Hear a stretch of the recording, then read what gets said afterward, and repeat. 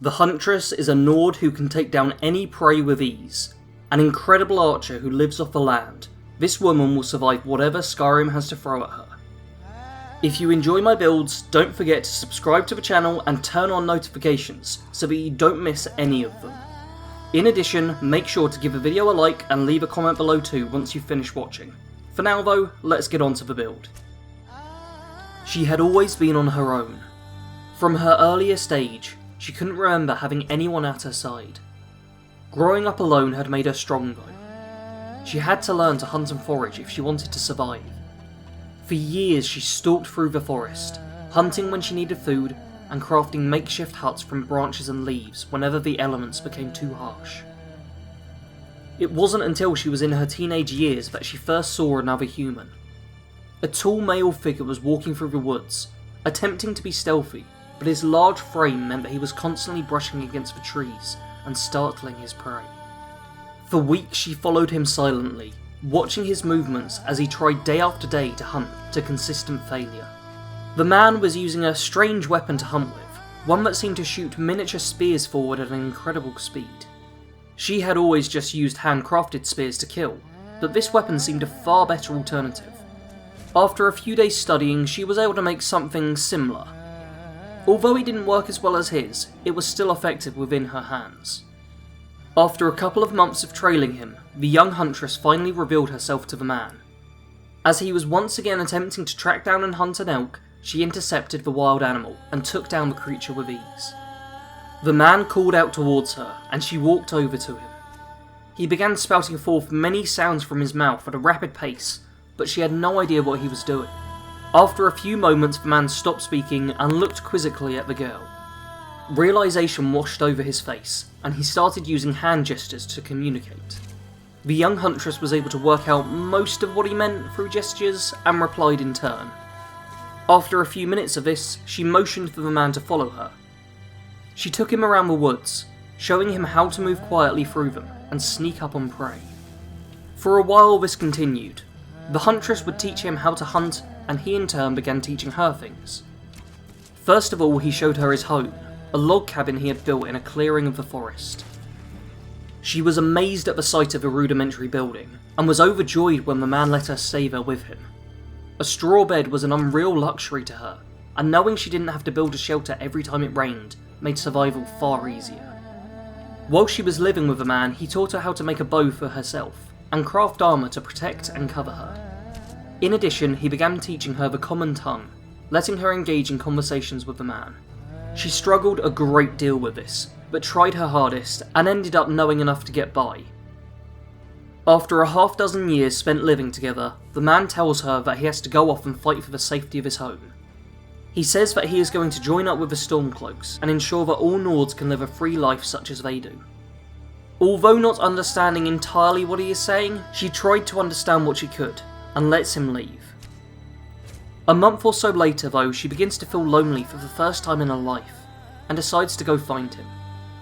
Travelling for a couple of days leads her into a patrol, claiming to be Stormcloaks.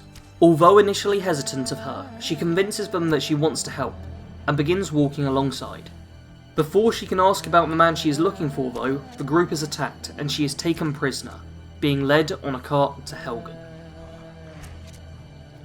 The main skills of this build are archery, light armour and sneak. Archery is going to be critical to the build. With a high archery skill and perks invested into Overdraw, we will be able to deal high amounts of damage, letting us take down any prey with ease. However, the archery skill tree also has some great versatility perks within it, and I suggest getting as many different perks as you can. We wear light armour with this build, and as such it is incredibly helpful to have this skill as high as possible. Most of the perks in the tree require a full set of light armour to be worn, so for the full benefits of these perks you will need to keep your hood equipped. I personally preferred the look of the character without the hood, so I only wore it during combat scenarios. Sneak is an incredibly powerful skill within Skyrim.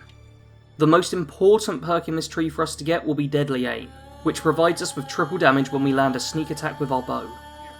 The skill also helps us to silently approach our prey, ensuring we get a clear line of sight as our target.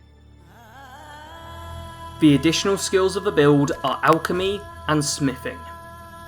Both of these will tie into living off the land, whilst also helping make the build stronger. Smithing is going to be how we both make and improve almost all of our gear, and will also let us craft additional arrows if our supply begins to run low. Alchemy will offer a huge variety of bonuses. Against strong enemies, we can use a multitude of poisons to gain the upper hand in a fight.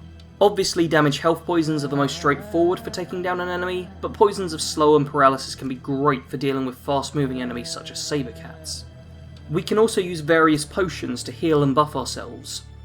Fortify marksman potions are going to be critical for enhancing our damage output if we get drawn into a large battle. You should use any defensive standing stone when playing this build.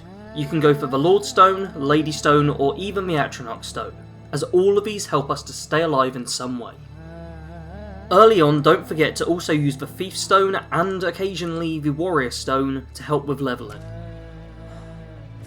In terms of powers to use, try to go with anything with an earthy or natural feel to it, such as Animal Allegiance or Kind's Peace. Feel free to leave a few suggestions in the comments below for what powers you think would work well with this build.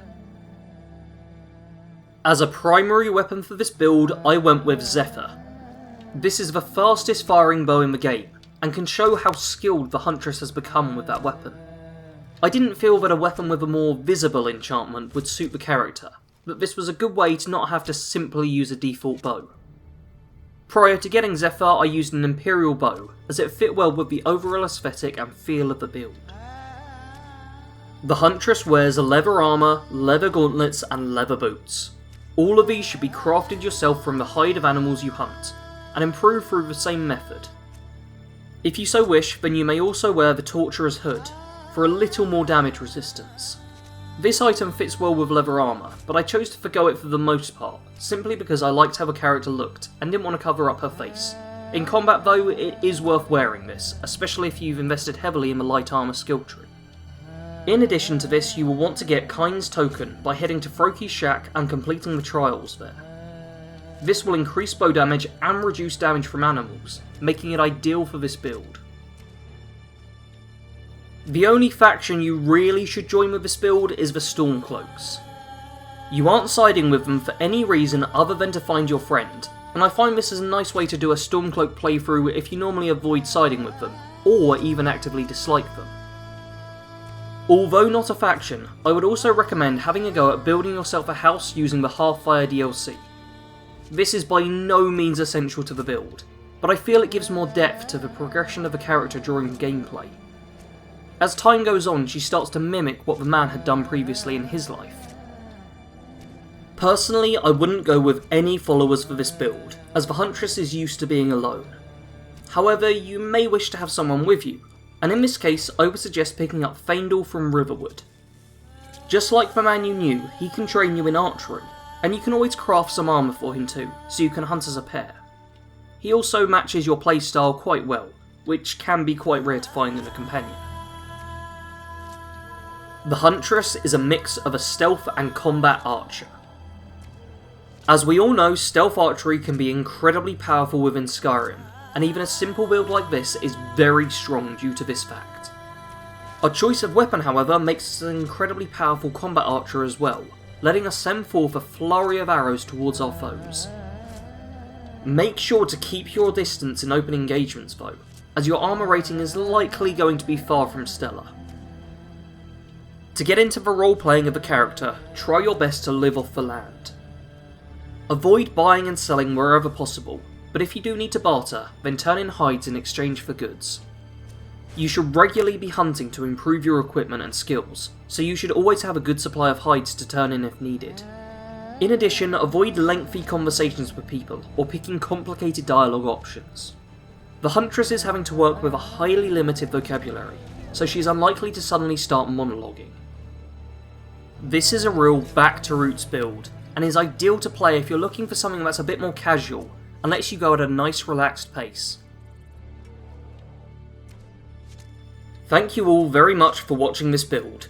I've got some great Skyrim builds coming up in the future, so make sure you're subscribed to the channel and have notifications turned on. If you haven't, then just go ahead and click the bell icon next to the subscribe button. If you liked this build, then let me know by hitting the like button. If you have any questions, then feel free to ask me in the comments, I always try to reply to every single one. Last of all, share this video if you really enjoyed it, be it by telling your friends or by posting it to Facebook, Reddit or Twitter. Thanks once again for watching, and I wish you all happy hunting.